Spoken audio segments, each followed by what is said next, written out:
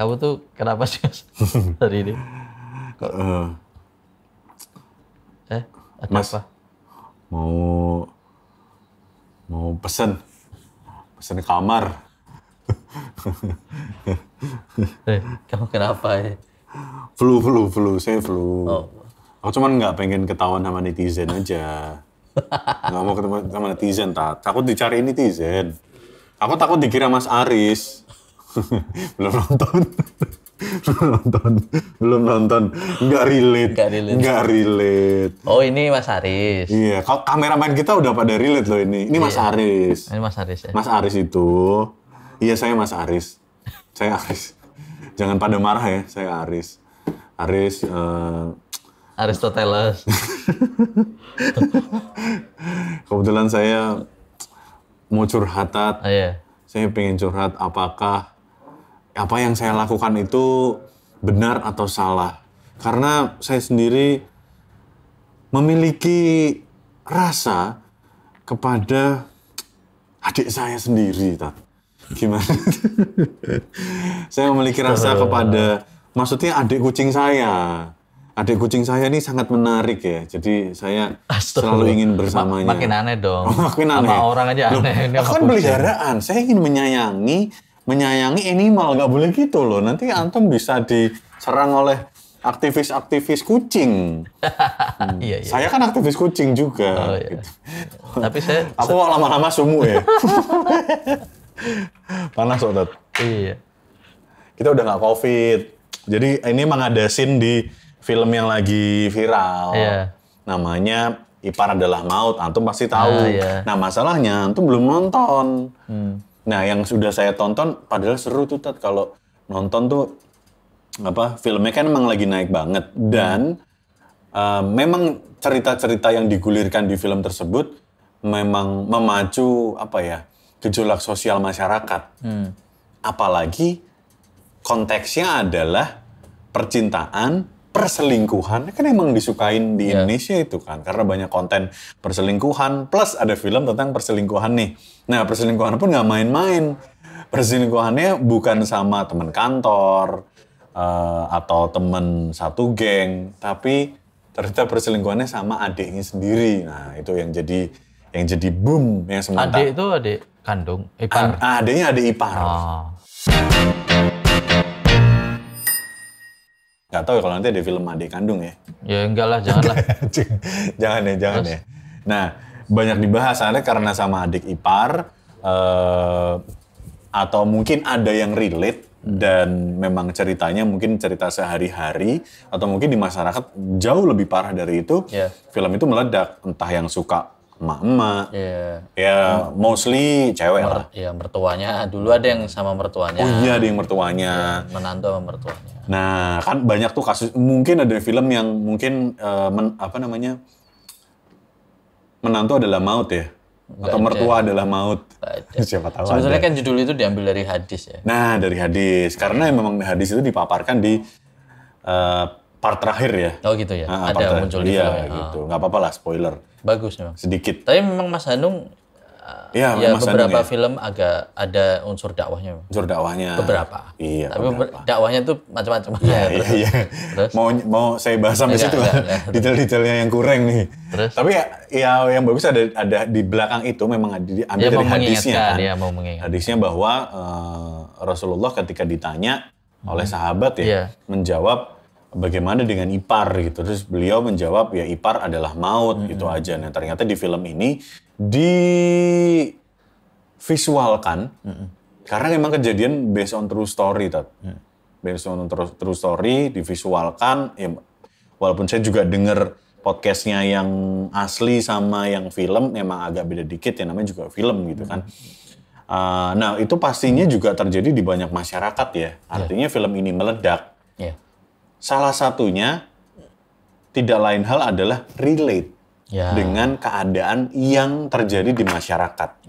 Nah, jauh dari itu ternyata tadi antum bilang hadisnya sudah ada dulu nih. Iya, sudah lama. Sudah lama.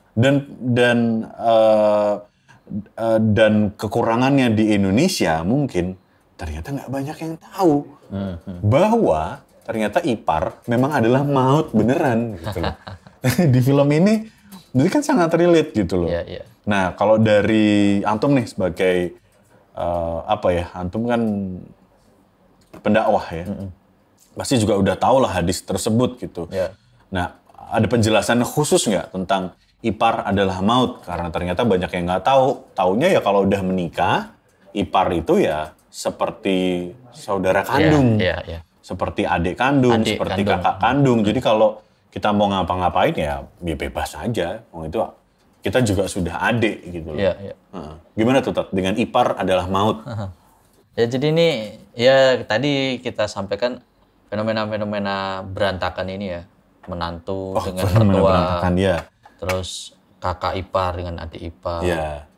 Itu semua tuh penyebabnya pertama karena ada satu buku yang menarik.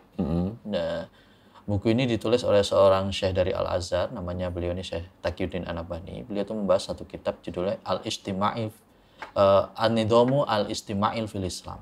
Artinya? Jadi Kitab tentang apa itu? peraturan kehidupan pergaulan di dalam Islam. Oh, oke. Jadi membahas tentang pergaulan. Pergaulannya Jadi gini. diatur gitu? Iya, jadi gini. Kalau kebanyakan itu di buku-buku ulama sebelumnya itu membahasnya mustama, masyarakat. Jadi terlalu luas. Nah, dalam buku ini dipersempit pembahasannya oleh beliau menjadi lebih detail. Pergaulan itu antar siapa? Nah, Dipersempitnya. oke, jadi di pergaulan itu sebetulnya didefinisikan dari core-nya dulu. Kalau ibarat kita mau ngomong dalam fisika itu ada atom. Atom tuh unsur yang nggak bisa dibelah lagi. Jadi dah paling core gitu, iya. paling core. Paling kecil ya? Katanya intinya inti kan. Betul. Nah, yang paling inti sebetulnya dalam pergaulan itu cuma dua, Iya. yaitu laki-laki dan perempuan. Dah, coba perhatikan. Oh, bukan pergaulan keluarga Enggak. antar Nah, itu kampung. yang dibahas oleh para ulama sebelumnya, mustama, luas kan. Oke. Jadi akhirnya pemahaman masyarakat tuh sangat luas. Nah, oleh beliau di dalam buku itu dijelaskan kalau harus mulai dari yang paling atom nih. Oke, Paling akar. iya, Apa iya. itu yang paling akar? Yaitu laki-laki dan perempuan. Jadi gender, belum hubungan yang lain.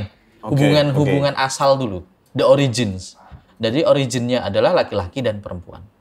Ya, yang kita nggak bahas yang tiba-tiba muncul sekarang nih ya. Oke, ini dulu ya, ini clear nih. Karena itu sudah buatan manusia. Tapi yang the origins itu adalah laki-laki dan perempuan. Oke. Oke, core kan? Ya, ya. Ini belum ada hubungan nih. Ini baru penciptaan aja. Bahwa Allah menciptakan, Tuhan itu menciptakan laki-laki dan perempuan. Titik. Oke. Nah, laki-laki dan perempuan ini yang disebut tadi di dalam buku itu melakukan interaksi, satu proses interaksi. Ya, ya, Ya. ya. Nggak mungkin ada yang lain. Coba deh cari. Ada nggak selain makhluk ini yang melakukan interaksi? Ada. Apa? Saya sama kucing perempuan mungkin. Bercanda. Artinya maksudnya interaksi manusia loh ya, Iya, bukan iya. interaksi Nggak ada lagi ya. Kalau di dunia ya cuman pria sama wanita aja. ya, manusia ya. Iya, manusia. Jadi Oke. manusia. Jadi jangan dilebarin ke interaksi yang mana-mana. Jadi ketika interaksi antara laki-laki dan perempuan ini core. Pertama harus dipahamkan dulu tentang laki-laki dan perempuan. Nah, hukumnya apa? Nah, dulu sebelum datang Islam, laki-laki dan perempuannya sebagaimana tadi pembahasan masyarakat pada umumnya. Ya. Karena diserahkan kepada manusia cara ngaturnya. Ya akhirnya setiap peradaban, setiap tempat itu punya kearifan lokal sendiri Oke. dalam memaknai hubungan tadi. Oke, contohnya. Ya misalnya kalau tadi masyarakat menganggap ya di suatu masyarakat tertentu menganggap bahwa ketika seorang laki-laki menikahi perempuan, saudara perempuannya, saudara dari pengantin perempuan atau saudara dari pengantin laki-laki ya termasuk keluarga. Oke, iya. Keluarga yang dianggap sebagai tadi pemakluman keluarga, maksudnya kayak berlaku padanya hubungan-hubungan keluarga misalnya yang ya deket banget lah gitu kayak kakak adik. Satu kamar misal. Ya, atau bahkan satu rumah loh. Iya, satu rumah. Iya. Kan satu kamar, Satu rumah tapi ketika nggak ada pasangannya loh. Oke, Nah, ya nanti karena adik sendiri. Ya nanti detailnya ada. Oke. Nah, ini kan pada masyarakat tertentu, kenapa ini menjadi hal yang lumrah? Ya. Karena mereka memahaminya bahwa itu kan adiknya atau itu kan kakaknya. Iya. Akhirnya dianggap lumrah. Iya. Itu kalau aturannya diberikan ke manusia. Hmm. Nah, maka kemudian muncullah Islam, dan Islam memberikan aturan cara main nih. Nah, di dalam buku itu juga dijelaskan sangat kompleks sekali, sangat detail sekali bagaimana hubungan laki-laki dan perempuan itu bisa diatur. Dari definisi filosofis laki-laki perempuan sampai pemisahan hubungan antara laki-laki dan perempuan di dalam Islam. Nah, kenapa dalam Islam itu ada pemisahan laki-laki dan perempuan? Itu tidak dimulai sejak menikah. Jangan, itu yang salah masyarakat. Tidak dimulai sebelum menikah ya. Tidak dimulai sejak menikah, bukan sebelum. Jadi masyarakat itu memahami hubungan laki-laki dan perempuan sepatutnya itu terpisah. Maksudnya terpisah dari, jadi kalau laki-laki udah nikah sama perempuan, itu hubungan laki-laki yang sudah menikah ini dengan perempuan lain tuh harus terpisah. Maksudnya jangan deket banget gitu. Nah, anggapan masyarakat itu melakukan satu kondisi hubungan yang seperti itu tuh setelah menikah. Jadi kalau sebelum menikah enggak, mereka boleh deket-deketan sama lawan jenis. Padahal kalau pacaran, misalkan lumrah nih pacaran gitu. Betul, atau yang lain lah, relationship yang lain. Bahkan pertemanan loh. Nah itu, kadang sahabatan juga, kan sahabatan doang, nggak apa-apa gitu ya. Itu enggak boleh dong misalnya. Iya, nggak boleh ya Nggak ternyata. boleh lawan jenis. Misal kita kan punya teman curhat, cewek, atau cewek cowok gitu. Nggak boleh. Coba aja berapa banyak perselingkuhan terjadi setelah curhat. Banyak banget ya. Nah, ya. Biasanya dimulai kayak dari curhat ya. Tapi kan kalau udah menikah, Tat, maksudnya orang memahaminya kan begitu. Orang kan memahaminya hubungan laki-laki dan perempuan terpisah itu setelah mereka menikah. Padahal enggak. Kalau dalam Islam, hubungan laki-laki dan perempuan terpisah itu ya sejak mereka balik. Oke. Ya. Bukan sejak mereka menikah. Sangat jauh sekali begitu. Iya kan kadang memang kalau teman kantor, kita pulang kantor bareng, nongkrong bareng ya berdua gitu. Iya kan? Makanya gini loh, ketika harusnya mereka... Jadi sahabat cewek cowok tuh harusnya nggak boleh? Nggak boleh ya? Nggak boleh. Kalau sekedar teman boleh, teman misalnya kerja ya. Itu pun hubungan kerjaan. Maksudnya begini, saya ada kepentingan dengan teman ini A untuk menanyakan tentang pekerjaan. Boleh, ada kepentingan ya. Tapi kalau sudah curhat, itu bukan kepentingan. Bukan. Kalau mau curhat ya ke sesama jenis gitu maksudnya di carilah, kitab itu ya. Iya, carilah. Ya kalau perempuan mainlah dengan perempuan, laki-laki mainlah dengan laki-laki. Oke. Jadi kecuali kalian ada hubungan muamalah misalnya. Kalau cowok nongkrong sama cewek tuh kurang baik ya? Iya, kalau dalam Islam bukan kurang baik, tapi memang tidak baik. Memang tidak baik ya? Iya, dalam Islam ya. Ini bukan pendapat saya. Iya.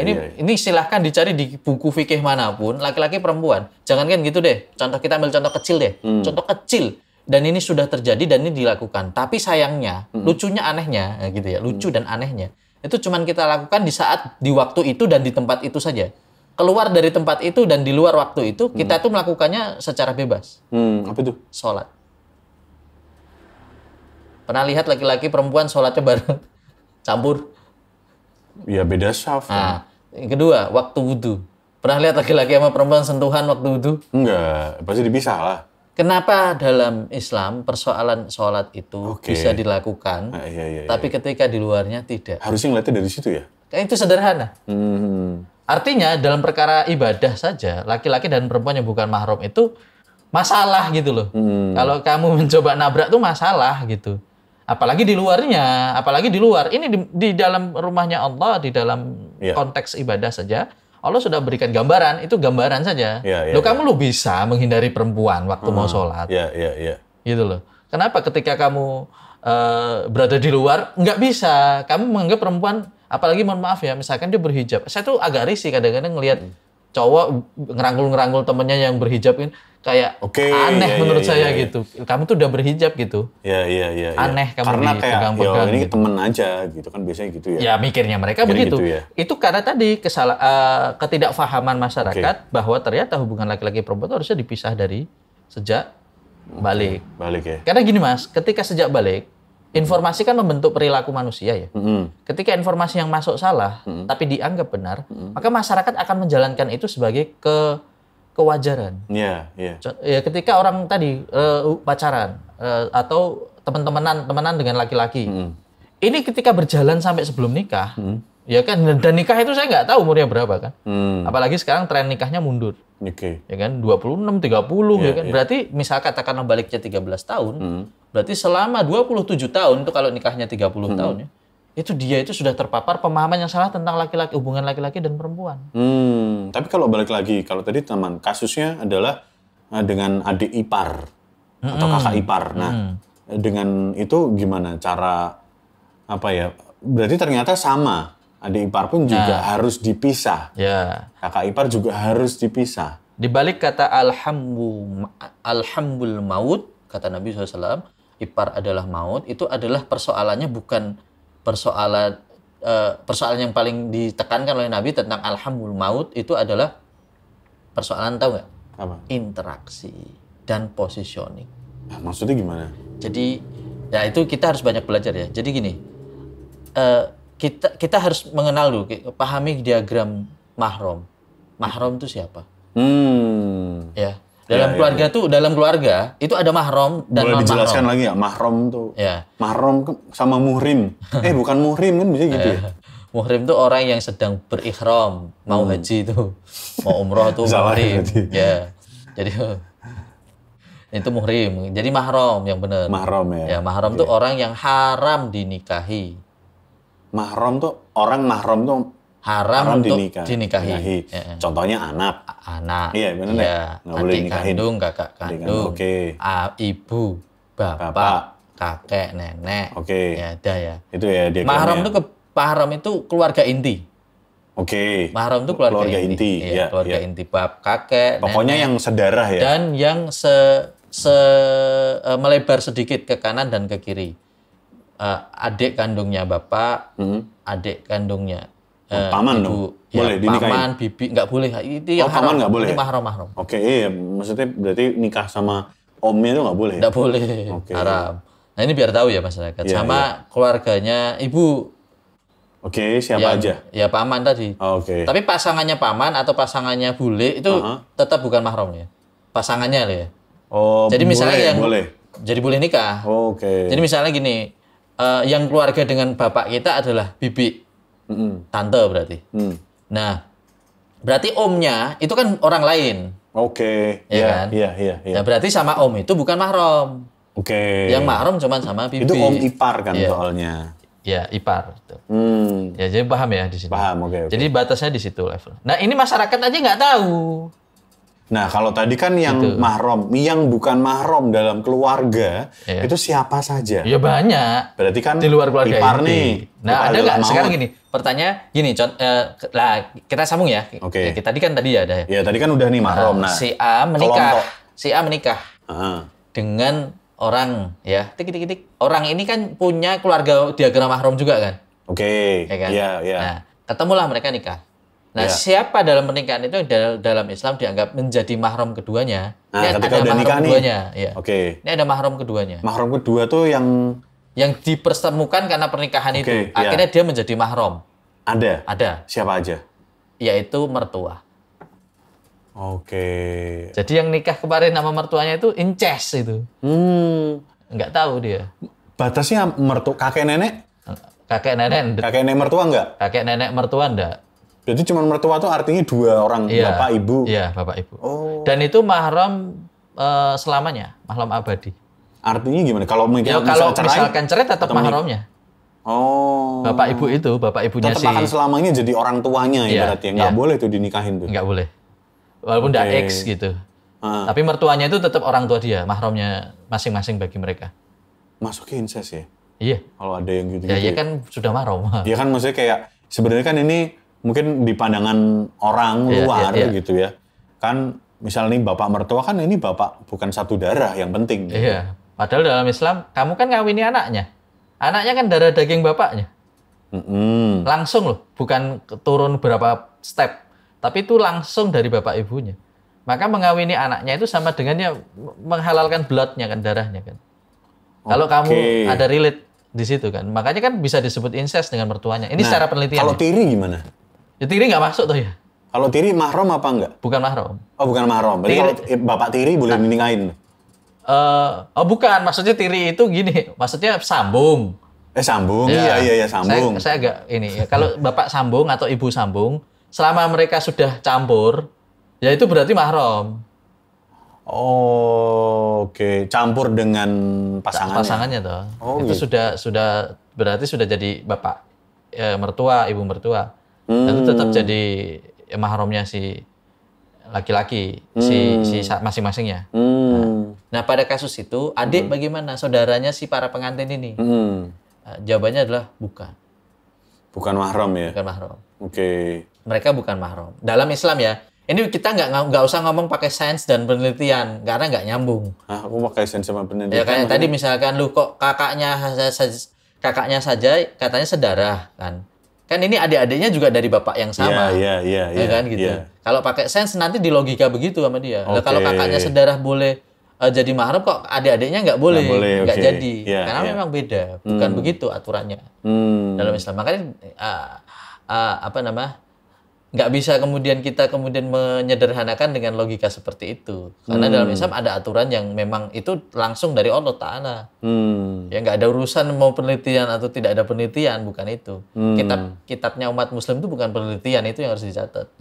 Dan bukan penelitian ya. Iya, dan tidak harus dengan sains untuk meyakinkan orang. Kalau mau pakai sains harus meyakinkan orang, Nabi Muhammad bingung. Mau jelaskan Isra Mi'raj tuh gimana? Iya, nggak masuk akal soal itu ya. Sampai sekarang sains juga nggak bisa jelaskan. Iya. Tapi the real faktanya kalau Nabi bilang, Nabi kan tidak pernah bohong seumur hidupnya. Iya. Apa berani ada satu orang yang mengatakan, nah enggak tuh Isra Mi'raj nggak masuk akal saya. Iya. Nggak masuk akal ya, tapi maksudnya percaya atau tidak, berani ada orang Muslim ngomong gitu? Nggak berani lah. Bahkan Muslim ya harus percaya adanya Isra Mi'raj gitu. Nah, iya kan? Nggak semuanya bisa dilogika ya. Nah, sama kayak ini, sama kayak kondisi. Misalkan wudhu aja. Wudhu. Yang membatalkan wudhu salah satunya apa? Kentut. Keluarnya dari mana? Dubur. Dubur, iya. Kenapa yang dibasuh semuanya yang di luar? Kenapa nggak duburnya? Nggak masuk akal. Ya walau pokoknya Allah nyuruhnya gitu sih. Makanya aturan dalam Islam itu memang, karena itulah yang disebut faktor keimanan. Tapi kan memang pasti kadang logika selalu ditanyakan sama manusia gitu. Lah ya karena tidak ada keimanan. Oke. Ada kalimat keimanan, ada faktor keimanan. Faktor keimanan itu apa? Artinya kita menundukkan bahwa banyak hal yang kita itu tidak tahu, manusia itu tidak tahu. Dan Allah itu tahu. Wallahu ya'lamun wa antum la ta'lamun. Allah lebih tahu sedangkan kalian tuh tidak tahu. Dan nggak perlu tahu juga ya? Ya kalau bisa. Maksudnya sekedar tahu di kulitnya aja. Oh, Isra Mi'raj begini. Cuman kan. Ya kan kita tahu dari Nabi Muhammad. Iya, kan nggak mungkin diteliti juga. Oh mari kita cari buruk. Nah, seperti apa? Ya insya Allah. Kita berburu gitu. Insya Allah sampai kiamat juga belum akan terjawab nanti kan. Pasti akan terjawab. Itu semua pertanyaan hari ini yang ditanyakan manusia itu pasti akan terjawab. Oke. Ya. Jadi dan ipar tadi, kembali ke ipar tadi itu bukan termasuk dalam persoalan ini. Oke. Ipar. Jadi ipar dia, memang batasannya seperti orang lain. Ya orang lain. Atau temennya pasangan kita. Ya orang lain. Ya, orang lain ya. Orang lain kan. Ipar itu orang lain. Bukan adik sendiri ya berarti. Oh, ya adik itu status hubungan adik itu hubungan kolega ya. Maksudnya gini, jadi kalimat-kalimat itu kan akhirnya bikin kita menjadi mewajarkan itu karena dari orang tua kayak ya itu kan adikmu dewi, itu kan adikmu sendiri gitu. Nah dengan kalimat-kalimat adikmu sendiri ini jadi kita memperlakukan si ipar ya beneran kayak adik gitu. Padahal ternyata ada batasan-batasan yang kita misal saya punya adik cewek kandung. Nah saya punya adik juga ipar. Itu juga harus berbeda memperlakukannya. Kadang kan karena saya sudah punya adik cewek, ya sama aja aku melakukan ini karena udah pengalaman lah gitu. Kalau ya contoh ya saya waktu sejak nikah itu kan saya meskipun ada rumah, tapi saya milih ngontrak. Karena adik saya juga punya istri. Oh gitu. Dan memang karena kami sudah paham dari awal seperti itu enggak benar. Maksudnya gini, bisa kita tinggal bersama tapi kasihan. Kasihannya gimana? Karena berlaku hubungan bukan mahram. Oke. Artinya ketika bukan mahram apa yang terjadi?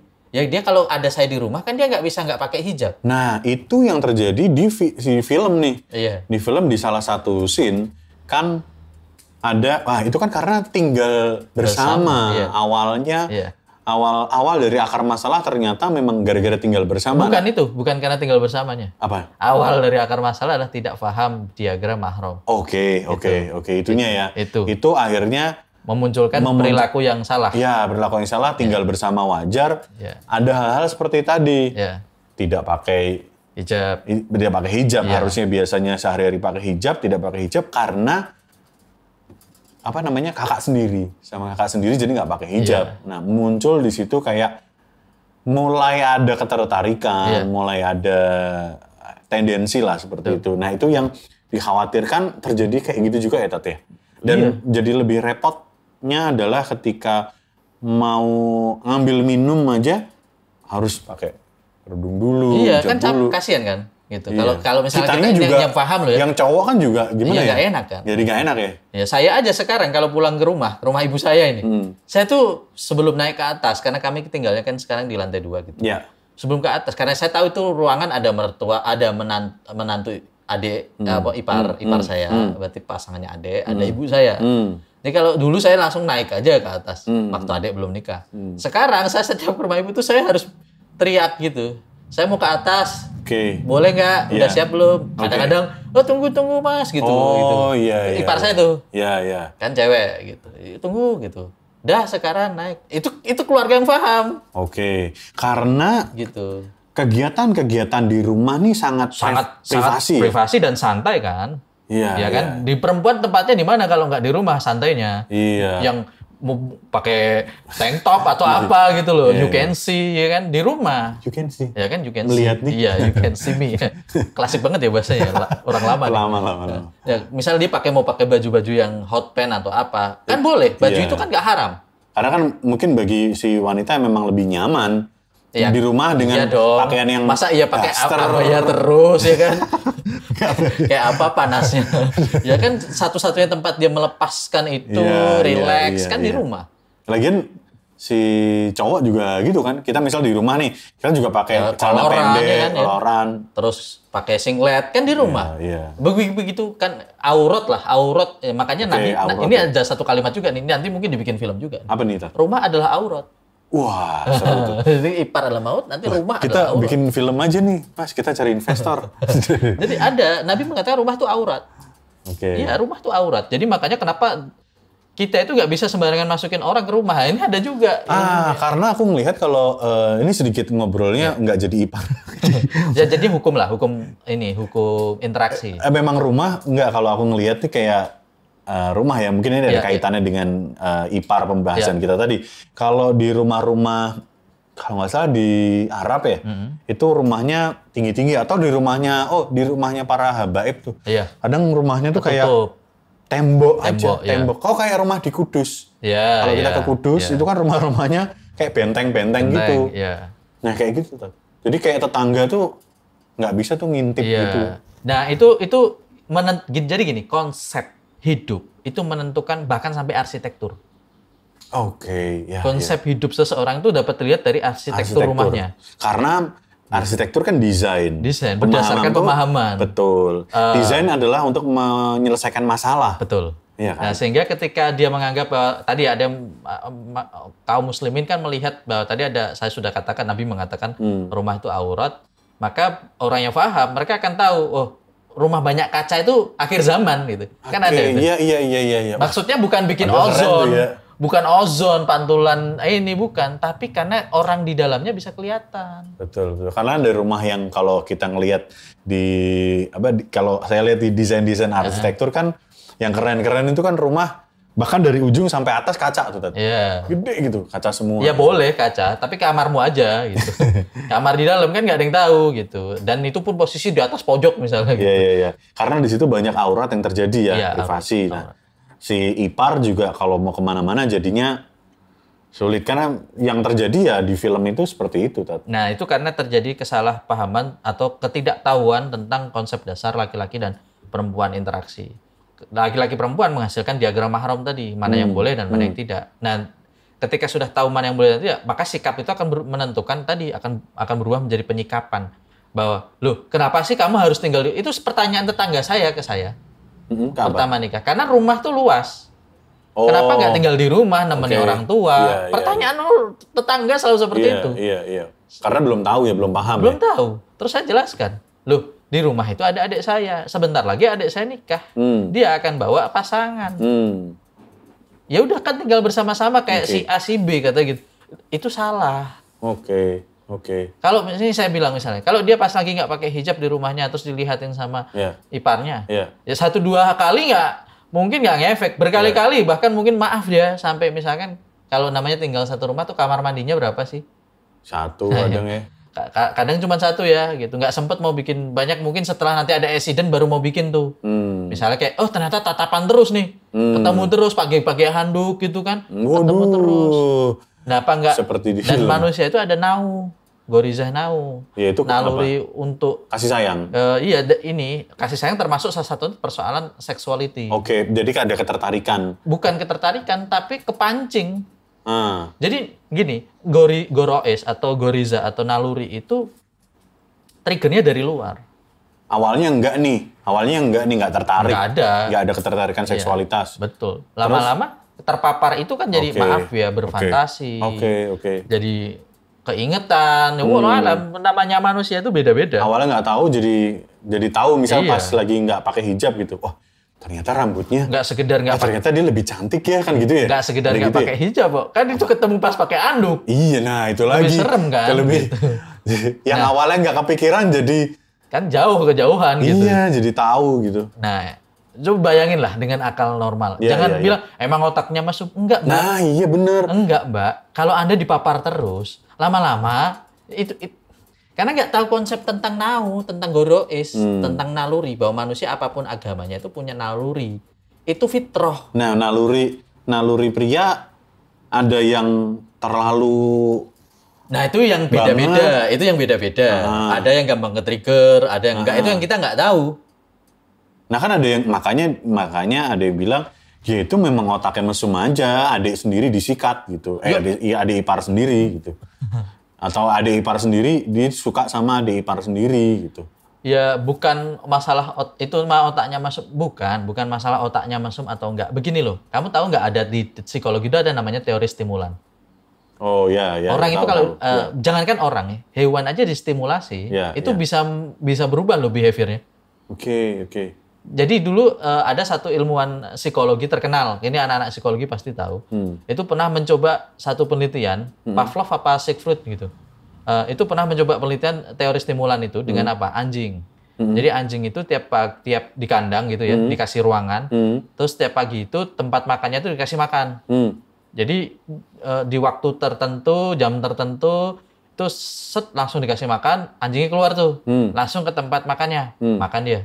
Dilakukan seperti itu terus selama beberapa waktu, sampai tiba-tiba makanannya nggak dikasih, tapi aktivitinya sama. Apa yang terjadi? Anjingnya tetap lari ke tempat makannya dan gigit-gigit makan, padahal nggak ada makanannya. Itu namanya stimulan. Oke. Itu naluri loh ya. Yang bergerak itu naluri. Lah manusia tuh punya naluri juga. Yang seperti itu. Ketertarikan. Bukan yang seperti hewan mungkin. Iya, tapi maksudnya bukan yang hewannya. Yang nau tadi, yang punya ketertarikan. Yang itu setiap orang tadi beda-beda. Ada yang memang sudah tegangan tinggi, ada yang rendah, tapi karena voltasenya dinaikkan terus. Oke. Bisa muncul bahkan karena voltasenya dinaikkan terus langsung jadi. Ya bisa malah lebih ngeri lagi karena dia awalnya nggak punya kontrol, ya yang tadinya dia kecil karena ininya nggak pernah kontrol, jadi akhirnya bisa lebih berbahaya dari yang tadi mungkin tegangan tinggi, tapi kan karena terlalu sering tegangan tinggi jadi punya kontrol gitu, ya kan? Iya. Apapun, karena manusia udah ada pengalaman itu gitu. Tapi manusia kan kompleks. Masalahnya kita tidak tahu sampai ke sisi itu. Oke. Makanya jangan di-trigger maksud saya. Jangan berdalih dengan kata-kata emang nafsuan, enggak. Itu ada teorinya, ada orang sesuatu distimulan terus itu bisa berubah loh behaviornya. Coba orang sabar, dibikin marah terus. Iya tetap marah ya. Kan bisa dong, maksudnya nggak? Ya bisa, pasti satu waktu, walaupun marahnya mungkin cuma diem ya, tapi marah. Iya, oh iya bener juga ya. Kalau orang sabar coba sesabar apa lah, tapi sengaja ya, suatu lingkungan keluarga mancing dia marah. Setiap hari, coba dipancing. Bisa nggak dia tetap begitu? Okay. Loh, pada persoalan sabar, orang aja bisa ngomong orang itu sabar, orang sabar pun lama-lama kalau dipancing marah. Ada kalimat itu. Lah sama orang nggak nafsuan dipancing terus lama-lama, lo kok malah dibilang emang muka dia aja nafsuan? Bukan gitu. Sama sabar aja dia bisa tahu loh. Masa perkara nafsu dia nggak tahu gitu? Kan sama-sama naluri. Mungkin ternyata sama ya. Berarti artinya itu pembenaran aja. Adik ipar nih boleh dinikahin dalam tanda kutip ya. Maksudnya ketika dia meninggal terus aku lebih suka sama adiknya nih dinikahin gitu. Tapi ini persoalan ini beda pendapat ya di kalangan ulama ya. Udah cerai misal. Ya kalau menikahi saudara kandung secara sekaligus tuh ada larangannya memang. Jadi misalnya saudara ipar bukan kandung. Iya kan itu kandung toh. Misalnya saya menikahi kakaknya, dia punya adik, saya nikahi juga adiknya itu. Oh, kan barengan? Nah, ya nggak barengan. Normal tuh kayaknya. Bukan barengan, bisa saja beda waktu. Tapi dia adiknya. Itu beberapa ulama juga ada yang melarang, nggak boleh. Ada yang menunggu nih kakaknya wafat dulu atau apa tadi cerai dan seterusnya, iddah dan seterusnya, baru bisa menikahi saudaranya. Ada yang mengatakan ini beda, banyak perspektifnya tentang menikahi. Tapi yang jelas ipar itu bukan mahram. Itu yang harus dipahami. Jadi kalau bukan mahram berarti boleh nikah. Sebagaimana wanita-wanita asing ya atau laki-laki asing lainnya. Yang dimana ketika ketemu mereka berlaku hukum yang sama terhadap orang asing. Ya ini menutup aurat, menjaga kehormatan, kemudian tadi tidak flirting. Bahkan maaf ya, yang paling sering, jangankan alhamu itu juga diartikan juga bukan cuma ipar loh mas. Tapi siapa? Sepupu loh. Wah, sepupu. Sepupu tuh juga loh, alhamu loh. Sepupu tuh secara bahasa. Kepanjangan nggak ini? Sepupu sebentar ya kita lanjut ya. Sepupu gimana tuh, Tat? Ya, sepupu kan sering dibahas sepupu di kan sosial berarti, media. Kayak apa? Oh enggak, dia sepupuku kok. Bukan, gitu kan. malah gini biasanya. Gimana lebaran? Udah ada sepupu yang cantik belum? Suka sama sepupu, biasanya kan kita kayak gitu. Boleh. Sepupu boleh ya? Ya boleh. Sayyidina Ali bin Abi Thalib dengan Fatimah itu kan sepupuan. Oh. Sepupu itu siapa sih? Coba kita lihat Ali bin Abi Thalib dengan Fatimah. Anaknya Om kan? Ya, Ali kan anaknya Abu Thalib. Ya kan? Abu Thalib dan Abdullah ini kakak beradik. Kakaknya Abu Thalib, adiknya Abdullah. Abu Thalib punya anak namanya Ali. Abdullah punya anak namanya Nabi Muhammad SAW. Nabi Muhammad punya anak namanya Fatimah. Berarti ini kan kalau Ali sama Nabi Muhammad apa nyebutnya? Om paman, kan? Ya, paman om. Kan? Paman punya anak. Nah ini sepupu. Nah ke bawahnya semua ada bukan mahram itu. Oh, jadi sepupu. Mulainya dari situ. Ayo tidur bareng gitu nggak boleh. Jangankan tidur bareng. Ini misalnya. Ini kan kita kayak sepupu kan kumpul, kecil-kecil. Oh, kalau kecil masih nggak apa-apa. Enggak, maksudnya dari kecil kita bersama di keluarga besar gitu. Akhirnya kan semakin mandi gede, bareng misalnya. Semakin gitu. Ya karena dulu waktu kecil lah. Ini udah pada kuliah. Ya harus dipahamkan. Misal nggak usah, jangankan tidur bareng gitu. Kita pergi bersama berarti nggak boleh dong? Nggak boleh. Gini. Boleh sama ipar, sama sepupu pergi bareng kalau ada keluarga, jadi satu keluarga. Enggak, maksudnya kayak sepupu berdua aja. Nggak boleh. Karena kita udah dekat. Nggak boleh. Oh, banyak tuh padahal. Lah, ya, memang kayak, ini sepupuku dewe, nongkrong bareng. Gitu. Jangankan gitu. Tinggal di dalam rumah aja. Misalnya nemeni ya, kayak Mbak A atau DA. Tolong temenin saya, soalnya Om lagi keluar kota. Itu nggak boleh kalau cuma berdua. Nggak boleh. Itu juga maut itu. Ya, sepupu adalah maut nih. Sepupu maut. Sama. Sepupu. Dan itu banyak di negeri masih kita. Masih aman kayaknya sepupu ya? Nggak juga. Ada loh yang begituan nama sepupu. Iya. Jadi yang sudah jelas bukan mahram itu berpeluang terjadinya tadi pelanggaran. Makanya jangan sampai tinggal satu tempat, satu rumah. Kalaupun harus nemeni tadi, saya ya pernah satu ketika ke sepupu saya. Sepupu saya sudah nikah. Sepupu saya itu yang cowok ya, sepupu saya. Itu sekedar mau beli berambang goreng, apa tuh? Bawang merah, bawang goreng. Mau ke warung tuh. Itu saya lagi nginep kan di rumahnya. Itu dia mau beli bawang goreng, itu dia ngajak saya keluar. Atau saya ditawari mau ikut saya atau di luar, jangan di rumah. Oh, bilang gitu? Oh iya dong. Itu kalau orang nggak paham kan tersinggung. Iya sih. Ini gimana sih kemar keluarga kok gini? Ini harus dipahamkan masyarakat. Karena kalau saya tetap di rumah, fitnah. Oh, tapi sebenarnya nggak tersinggung, tergantung cara ngomongnya sih, komunikasinya. Oh iya, betul. Ini kan ngomong begitu karena kami sudah tahu. Gitu. Ini aku mau beli bawang, kamu mau keluar dulu, di luar dulu atau mau ikut saya. Gitu. Karena sudah tahu gitu. Tapi tadi, coba kalau itu masyarakat biasa kan jadi aneh. Kenapa sih harus gitu? Lebay banget dan seterusnya. Enggak, itu tadi. Karena kenapa orang berpikir itu lebay? Karena sejak awalnya core laki-laki dan perempuan itu dia nggak tahu hubungannya terpisah. Jadi gitu. Jadi makin tahu nih, maksudnya yang batasan-batasannya dalam keluarga ini ternyata nggak serta-merta kalau keluarga tuh boleh semuanya gitu. Atau mahram semuanya, ternyata ada ipar tentunya.